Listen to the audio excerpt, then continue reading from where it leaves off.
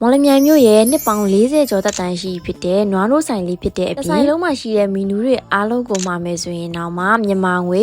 9500လောက်ပဲကျမယ်မော်လမြိုင်မြို့အောက်လမ်းမကြီးမောင်ငံရက်ဒါနီအောင်စေကမ်းမျက်ဆောင်ထိုးစက်ကြီးလိုက်ဖုံးဆိုင်လေးရဲ့ဘေးနားလေးကနွားနိုးဆိုင်လေးကိုဒီကတော့ဒီနေ့မှာမော်လမြိုင်ရာသီဥတုလေးကလည်းမိုးမရွာတော့ပဲနည်းနည်းလေးတာယာနေတာနဲ့အပြင်ထွက်ပြီးတော့အမေနဲ့တူမုတ်လေးသွားစားဖြစ်ခဲ့ပါတယ်ရှင့် vlog by GD အကောင့်လေးကို follow လုပ်ထားတဲ့သူတွေဆိုရင်သိမယ်ပေါ့နော်ဒီဆိုင်လေးကဒီအမြဲတင်ပေးဖြစ်နေတဲ့ဆိုင်လေးဘာလို့လဲဆိုတော့သူဆိုင်ရာ budget တအားဖြစ်တယ်ဆိုမီနူလေးတွေကိုဒီကရွတ်ပြမယ်နော်သူစီမှာကပူတင်လေးကတော့တပွဲကို1500နို့အေးလေးကတော့တစ်ခွက်ကို3000နို့ပူလည်းတစ်ခွက်ကို3000ပဲပေါ့နော်ဒါအပြင်ဟိုမှာနို့မလိုက်လေးကတော့တစ်ခွက်ကို2000ပါဒီဆိုင်လေးကိုဒီအမြဲရောက်ဖြစ်နေပြီမဲ့အမေကတော့တစ်ခါမှမရောက်ဘူးတာနဲ့အမေကိုပါတစ်ခါတည်းခေါ်လာခဲ့လိုက်တယ်ပေါ့နော်ဒီရိုးစားတာလေးတွေဆိုရင်တော့6500ကျပါတယ်3မျိုးစားခဲ့တာပါနို့အေးလေးရဲ့ပူတင်လေးရဲ့နို့မလိုက်လေးရဲ့ပါရှင်ဆိုင်ကနို့မလိုက်လေးဆိုရင်ပေါ့နော်လုံးဝပြည့်နှစ်လေးနဲ့မလိုက်ဘက်လေးတွေကအပြည့်ပါပဲပြီးတော့လေဒီဇိုင်းလေးကိုဟိုလွန်ခဲ့တဲ့နှစ်ပေါင်း10နှစ်ကျော်20ကျော်စားခဲ့ပူပဲမဲ့ဟိုဒီဇိုင်းလေးကဘယ်ရောက်သွားပြီလဲဗမာပွင့်တာ